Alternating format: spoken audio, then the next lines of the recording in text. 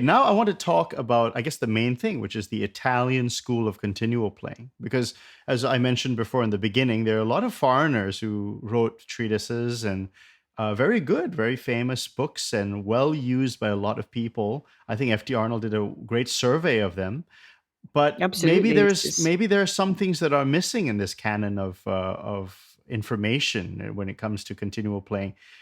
So maybe we could discuss that. What is the Italian school of continual playing? And yeah, we could maybe start from there. Who knows? We In a don't know. sense. Okay, it's a short. We don't know. It's only a hypothesis. It can Okay. only be. I mean, I think we need to know that our knowledge is really limited and very subjective, um, in the sense that so the Italian style, if I had to say one thing about it, the thing that immediately springs to mind, is that it's a very rich style. It's very full of, it's very harmonically rich. It's full of, there's a lot of ornament. There's a lot of even division in the bass line. It's very loud. It's very strong. It's very present, rather like Italian instruments are compared to French, um, uh, more present. How we get to thinking of Italian accompaniment like this is again, it depends in which century, in which bit of the century, in which bit of the country. So if we look at sources that are available for 17th century continuo playing, it's curious that they are all concentrated in the first decade of the 1600s. So everyone, Agazzardi, Bianciardi, Banchieri, Viadana, also the introductions to operas like Marco da Gagliano and Perin Caccini, Euridice, the Rappresentazioni di Anima di Corpo di Emilio di Cavalieri. All of these are all from the first decade. It's as if in the first decade of the 1600s they said, right, we're doing, as I said with Viadana, we're doing figures.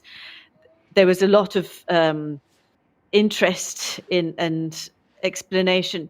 It's not always an explanation. There's very little explanation of what people actually did. For example, in the introductions to the operas, it gives information like where people were sat and who they accompanied, and that's very interesting to know how instruments interacted. So you had a little continuo group maybe for a character, or Monteverdi, for example, says that in Orfeo he changes instruments according to the effect. So you get even one person singing the same, one character singing the same line, and he Orfeo gets this in the famous moment when he turns back and looks at Euridice, and the instrumentation changes. Monteverdi specifies. So it's very much a sort of group effect. Playing continuo is a group effort. It's to do with many different types of instruments playing together, and what sounds can be achieved and what effects can be achieved. All the instruments are playing from the same bass line. This is the thing that's really cool about continuo playing, continuo notation, is that you have just one line and this thing with figures, I mean with these figures system, and you can play off it from, if you play lute or theorbo or harp or guitar or viola da gamba, organ, harpsichord, everything, even They all can violins, join in, and I guess, right? they can And all play from it, and realize the bass in the way that suits their instrument best. So this is the advantage over having, for example, a lute tablature or a theorbo tablature, or which is written down a and written out fixed. Yeah. accompaniment, Right. or a written out accompaniment for the keyboard. That's always the same.